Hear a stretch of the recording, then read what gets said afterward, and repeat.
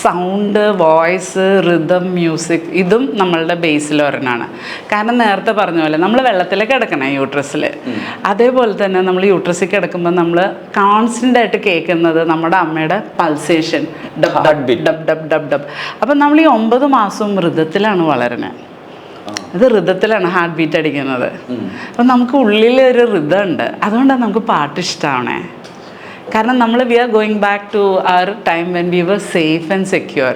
ആ സമയത്ത് നമ്മൾ സേഫാണ്, നമുക്ക് ഒരു എക്സ്റ്റേണൽ ചാലഞ്ചും ഇല്ലാത്ത സമയമാണ് നമ്മൾ അമ്മയുടെ വയറ്റിൽ കിടക്കുമ്പോൾ. അപ്പം നമ്മുടെ ഇത് ഫീലിംഗ് ഓഫ് സേഫ്റ്റി അതുമായിട്ട് കണക്റ്റഡ് ആണ്.